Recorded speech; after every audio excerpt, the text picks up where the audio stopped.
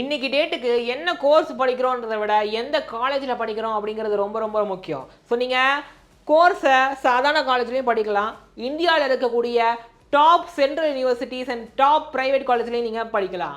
So அதுக்கு நீங்கள் எழுத வேண்டிய ஒரு என்ட்ரன்ஸ் டெஸ்ட்டுக்கு பேர் தான் CUET, common university entrance test.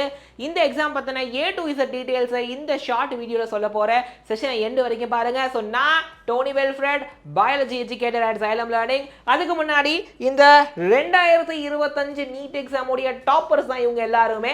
So ஒவ்வொரு வருஷமும் நம்ம டாப் ரிசல்ட்ஸை கொடுத்துட்டே இருக்கோம். நம்ம Xylem தொடங்கி 5 வருஷம் தான் ஆகுது. இருந்தாலும் we are giving top results எல்லா வருஷமும். அப்போ 615 அப்படிங்கிறதான் டாப் ஸ்கோர் இந்த வருஷம் ராணா அப்லா அப்படிங்கிறவங்க வாங்கியிருக்கிறாங்க. So which is a very very happy moment for us பசங்களா. I want to share it with you. So நம்ம போகலாம் செஷனுக்குள்ளே. ஸோ மெயினாக அண்டர் கிராஜுவேட் கோர்ஸஸுக்கான அட்மிஷனுக்கு இந்த CUET எக்ஸாமு முக்கியம்.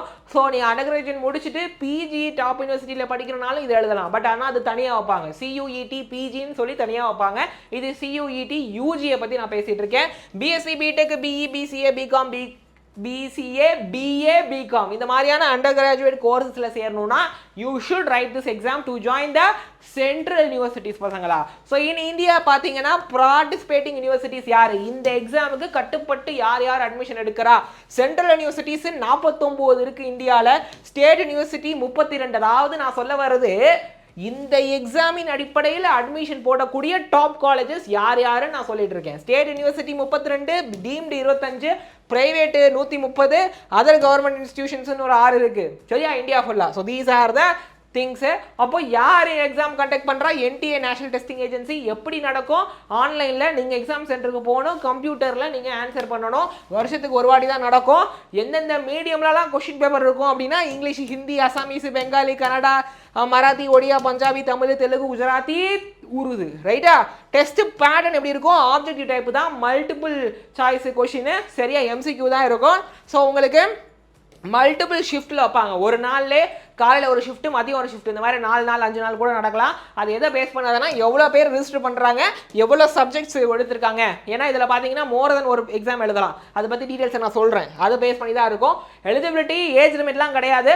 ஓகே, இப்போ இந்த 2025 12th முடிச்சவங்களாம் எழுதலாம். இப்போ நீங்கள் கரண்ட்டாக ஒரு வேளை 12th இப்போ தான் போகிறீங்கன்னா, 2026 12th முடிக்க போகிறீங்கன்னா நீங்கள் அடுத்த வருஷம் CUT எழுதலாம் சரிங்களா. ஸோ அப்போது ஒரு சில காலேஜஸ் என்ன பண்ணுவாங்கன்னா ஏஜ் லிமிட் வச்சுருப்பாங்க. CUT எழுதுறதுக்கு ஏஜ் லிமிட் இல்லைப்பா, காலேஜஸ் ஹையர் ஏஜ் லிமிட்னு வச்சுருப்பாங்க. இந்த வயசுக்கு மேலே யூஜி சேரக்கூடாதுன்னு காலேஜஸ் வச்சுருப்பாங்க.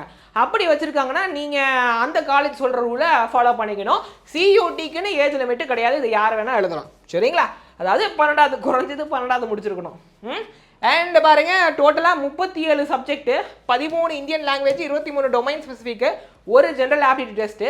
இதில் வெவ்வேறு கோர்ஸில் சேரணும்னு விருப்பப்படுறாங்க. இந்த 37ல் அவங்களுக்கு பிடிச்சமான பேப்பரை சூஸ் பண்ணி, பிடிச்சமானா எந்த கோர்ஸில் சேரணும்னு ஆசைப்படுறாங்களோ அதுக்கு தகுந்த பேப்பரை சூஸ் பண்ணி எக்ஸாம் எழுதணும். ஸோ பாருங்கள், மேக்ஸிமம் 5 பேப்பர் வரைக்கும் சூஸ் பண்ணலாம், லாங்குவேஜ், ஜென்ரல் ஆப்டிடியூடு சேர்த்து சரிங்களா. ஸோ அவங்க கிளாஸ் 11ல் கிளாஸ் 12th என்ன சப்ஜெக்ட் எடுத்தாங்கன்றதுக்கு என்னது இந்த சாய்ஸ் ஆஃப் டெஸ்ட் பேப்பருக்கும் சம்மந்தம் கிடையாது. அவங்க கிளாஸ் 12ல் வேறு பேப்பர் எடுத்துருக்கலாம், அதாவது வேறு சப்ஜெக்ட் எடுத்துருக்கலாம். ஆனால் இதில் அவங்க அந்த கிளாஸ் 12th அவங்களுக்கு இல்லாத சப்ஜெக்ட் கூட CUTயில் எழுதலாம் சரியா. That is a possibility. So duration 60 நிமிஷம் தான் ஒவ்வொரு பேப்பர் இருக்கும் சரிங்களா. ஒரு சிலர் ஒரு பேப்பரோட முடிச்சிருவாங்க, ஒரு சிலர் 4-5 பேப்பர் எழுதுவாங்க. 50 கொஷின் வந்துடும் ஒவ்வொரு டெஸ்ட் பேப்பருக்கும். எல்லாமே கம்பல்சரி, சாய்ஸ் எல்லாம் கிடையாது. கரெக்டு கேள்விக்கு 5 மார்க்கு, தப்பு கேள்விக்கு -1 மார்க்கு, நெகட்டிவ் மார்க்கு சரியா. ஸோ பேசிக்காக உங்களுடைய எலிஜிபிலிட்டி க்ரைட்டீரியா, எந்த காலேஜில் எந்த கோர்ஸ் செய்யணும்னு ஆசைப்படுறீங்களோ அதுக்கு தகுந்த மாதிரி நீங்கள் பேப்பரை சூஸ் பண்ணிக்கோங்க. ஸோ லாங்குவேஜ் கிட்டத்தட்ட ஒரு 13 சொன்னேன்ல. இதெல்லாம் என்னதுன்னா இந்த லாங்குவேஜஸ்க்குலாம் எக்ஸாம் நடக்குது, CUT எக்ஸாம் நடக்குது. இங்கிலீஷ், ஹிந்தி, அசாமீஸ், பெங்காலி, குஜராத்தி, கன்னடா, மலையாளம், மராத்தி, ஒடியா, பஞ்சாபி, தமிழ், தெலுங்கு, உருது சரிங்களா. இதெல்லாம் எழுதுனீங்கன்னா நீங்கள் அது பேர் என்ன, BA இங்கிலீஷு, BA ஹிந்தி, இதெல்லாம் சென்ட்ரல் யூனிவர்சிட்டியில் போய் படிக்கலாம் ரைட்டா. இப்போ அதே மாதிரி டொமைன் ஸ்பெசிஃபிக் பார்த்தீங்கன்னா அக்கௌண்டன்சி, புக் கீப்பிங், அக்ரிகல்ச்சரு.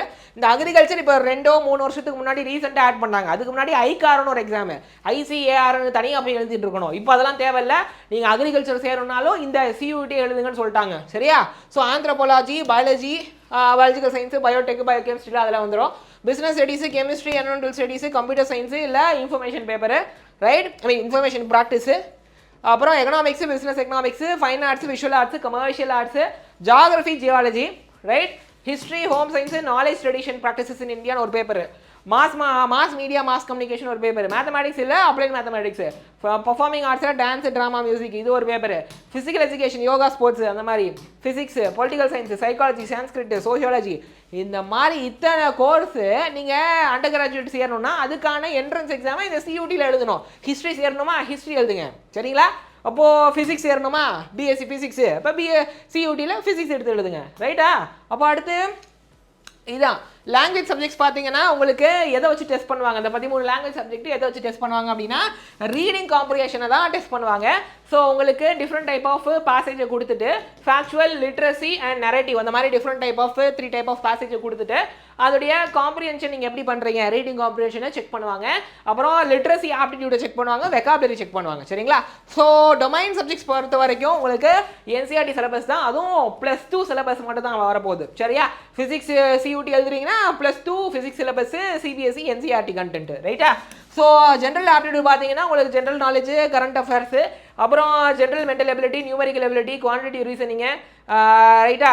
அப்புறம் அப்படி இல்லைனா simple application of basic maths, arithmetical, algebra, geometry, mensuration, statistics, ரைட்டா?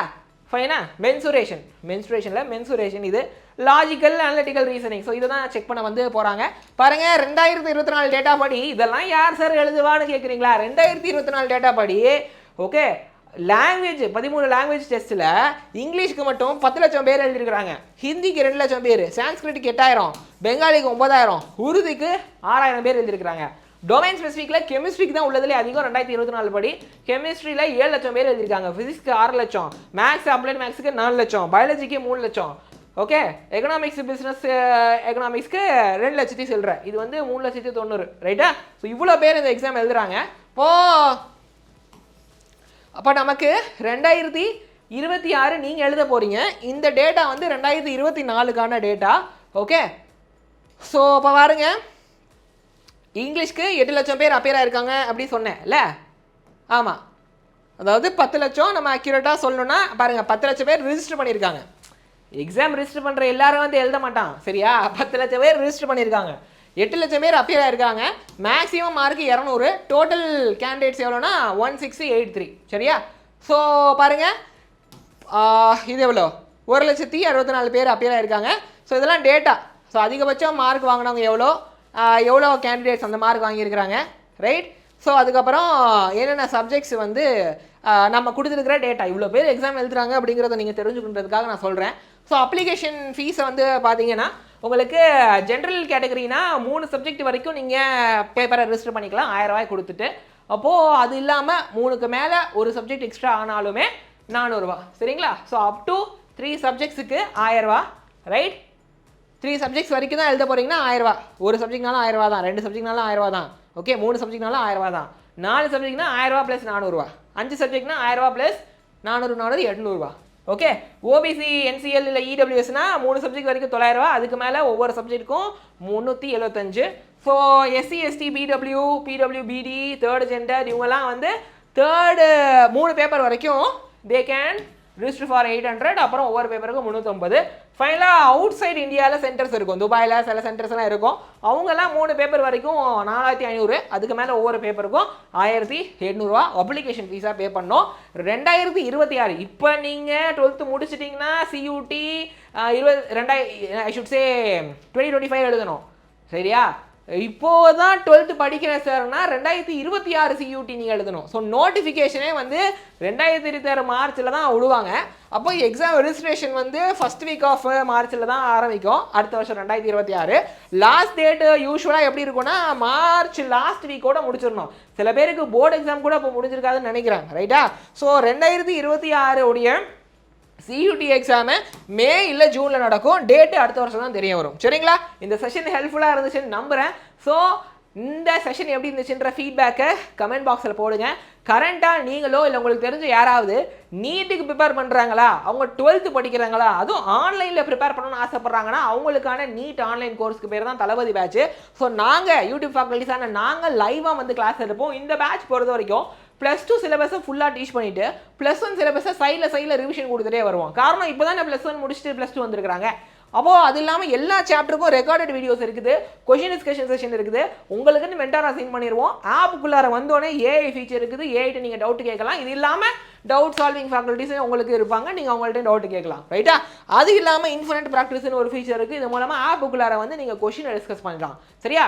ஸோ இவ்வளோ ஃபீச்சர் உங்களுக்கு கிடைக்கும் ஃபார் திஸ் ப்ரைஸ் 16,499 அப்படின்ற ப்ரைஸுக்கு கிடைக்கும், இன்க்ளூடிங் ஜிஎஸ்டி. மெட்டீரியல் மட்டும் நீங்கள் தனியாக வாங்கிக்கலாம், சரியா?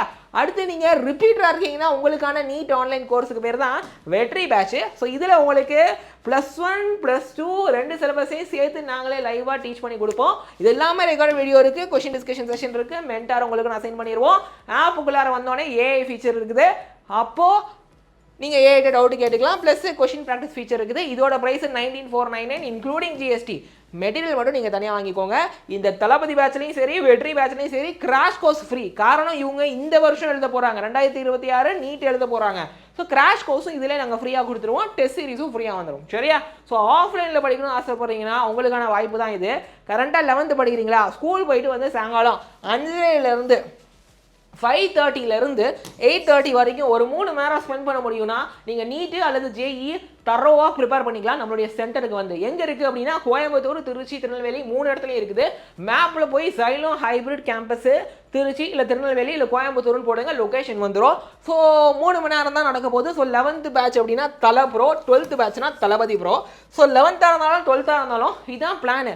ஒரு வாரத்தில் 4 நாள் தான் கிளாஸு, சரியா? வெனஸ்டேவும் சாட்டர்டேவும் ஸ்டடி ஹாலிடே விட்ருவோம், சரிங்களா? அப்போது பாருங்கள், ஒரு நாளில் 3 மணி நேரம்னா ஃபிசிக்ஸ்க்கு 2 மணி நேரம், பாட்னிக்கு 1 மணி நேரம், அப்போது கெமிஸ்ட்ரிக்கு 2 மணி நேரம், ஜுவாலஜிக்கு 1 மணி நேரம். தேர்ஸ்டே ஃப்ரைடே அது அப்படியே சப்ஜெக்டாக ஆல்டர்னேட்டாக மாறும். சண்டே பார்த்தீங்கன்னா ஒரு வீக்லி டெஸ்ட்டு, ஒரு வாரம் ஃபுல்லாக நடந்தின கண்டென்ட்டை அந்த வாரத்தோட அந்த சண்டேல ஒரு டெஸ்ட் வச்சுருவோம். ஜேஇ பொறுத்த வரைக்கும் 3 சப்ஜெக்ட்டுக்கும் ஈக்குவலாக வரும். 1.5 மணி நேரம் ஃபிசிக்ஸு, கெமிஸ்ட்ரி, மேக்ஸு. ஒரு நாளைக்கு 2 சப்ஜெக்ட் தான், சரியா? ஸோ 12 மணி நேரம் கிளாஸு ப்ளஸ் ஒரு வீக்லி டெஸ்ட். இதுதான் ஒரு வாரத்துக்கான பிளான். கரண்டாக யாராவது ரிப்பீட்டராக இருக்கீங்களா, அல்ல உங்களுக்கு தெரிஞ்ச அண்ணாக்கா யாரும் ரிப்பீட்டராக இருக்காங்களா, அவங்களுக்கான ஆஃப்லைன் பேட்சுக்கு பேர் தான் மாறா பேட்ச். நாங்கள் ஃபாலோ பண்ணுற மாடலுக்கு பேர் ஹைப்ரிட் மாடல்.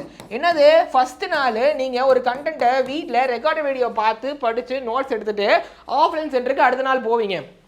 அங்கே போன உடனே ஃபஸ்ட்டு ஒரு டெஸ்ட் எழுதிடுவீங்க அந்த படித்த கண்டென்ட்லேருந்து. அடுத்து அந்த கண்டென்ட்டை நீங்கள் ஆஃப்லைனில் நம்ம ஆஃப்லைன் ஃபேக்கல்ட்டிஸ் டீச் பண்ணும்போது திருப்பி ஆஃப்லைன் கிளாஸாக கவனிப்பீங்க. இப்போ ஒரு விஷயத்தை 2 வாட்டி படிக்கிறீங்க, டவுட்டெல்லாம் இருந்துச்சுன்னா சுக்குநூறாக கிளியராக போயிடும், சரியா? ஸோ டெய்லி டெஸ்ட் இருக்கும், offline mark test, face to face classes, smart class room. So ஒரு வருஷத்துக்கான ப்ரீ பிளான் கரிக்குலம் கொடுத்துருவோம். எப்போ சிலபஸ் ஆரம்பிப்போம், எப்போ முடிப்போம், ஒவ்வொரு மாதமும் எத்தனை சாப்டர் முடிப்போம், எப்போ கிராஷ் கோர்ஸ் ஆரம்பிக்கும், எப்போ டெஸ்ட் சீரிஸ் ஆரம்பிக்கும்ன்ற வரைக்கும் தெளிவான பிளானை கொடுத்துருவோம். இந்த கோர்ஸோட மெட்டீரியல் வந்து பக்கா மெட்டீரியலாக இருக்கும். ஸோ ஃபர்தர் டீட்டெயில்ஸுக்கு இந்த நம்பருக்கு மட்டும் ஒரு காலை போடுங்க, சரியா? ஸோ 8129000700 கால் பண்ணி ஆன்லைன் கோர்ஸ் பற்றி டவுட் இருந்தாலும் கேட்கலாம், இல்லை ஆஃப்லைன் கோர்ஸ் பற்றி டவுட் இருந்தாலும் கேட்கலாம். நான் என்ன சொல்லுவேன், ஆஃப்லைன் கோர்ஸ்னால் சென்டருக்கு தயவு செஞ்சு வாங்க, ஃப்ரீயாக டெமோ கிளாஸை அட்டன் பண்ணுங்கள், மெட்டீரியலை பாருங்கள், ஃபேக்கல்ட்டிஸ்ட்டை பேசுங்க, என்னென்ன டவுட் இருக்கோ கேளுங்க, அப்புறம் நீங்கள் அட்மிஷன் போட்டுக்கலாம், சரியா? ஸோ டைம் இல்லை, சீக்கிரமாக எல்லா கோர்ஸுக்கும் அட்மிஷன் போடுங்க. அண்ட் வீடியோ லைக் பண்ணிக்கோங்க. இந்த செஷன் உங்களுக்கு ஹெல்ப்ஃபுல்லாக இருந்திருக்கும்னு நம்புகிறேன். ஃபீட்பேக்கை கமெண்ட்டில் போடுங்க, வாட்ஸ்அப்பு டெலிகிராமில் சேர்ந்துருக்குங்க. ஏன்னா நம்ம சேனலில் வர செஷன்ஸோட இந்த நோட்ஸ் PDF அந்த வாட்ஸ்அப் சேனலில் கிடைக்கும், சரிங்களா? So and also follows on in these 2 social media platforms, சரியா? and மறக்காம subscribe to our channel and click the bell icon, சரிங்களா? so keep learning, keep growing. I will see you in my next video. Okay, until then, bye bye, tata, take care, thank you.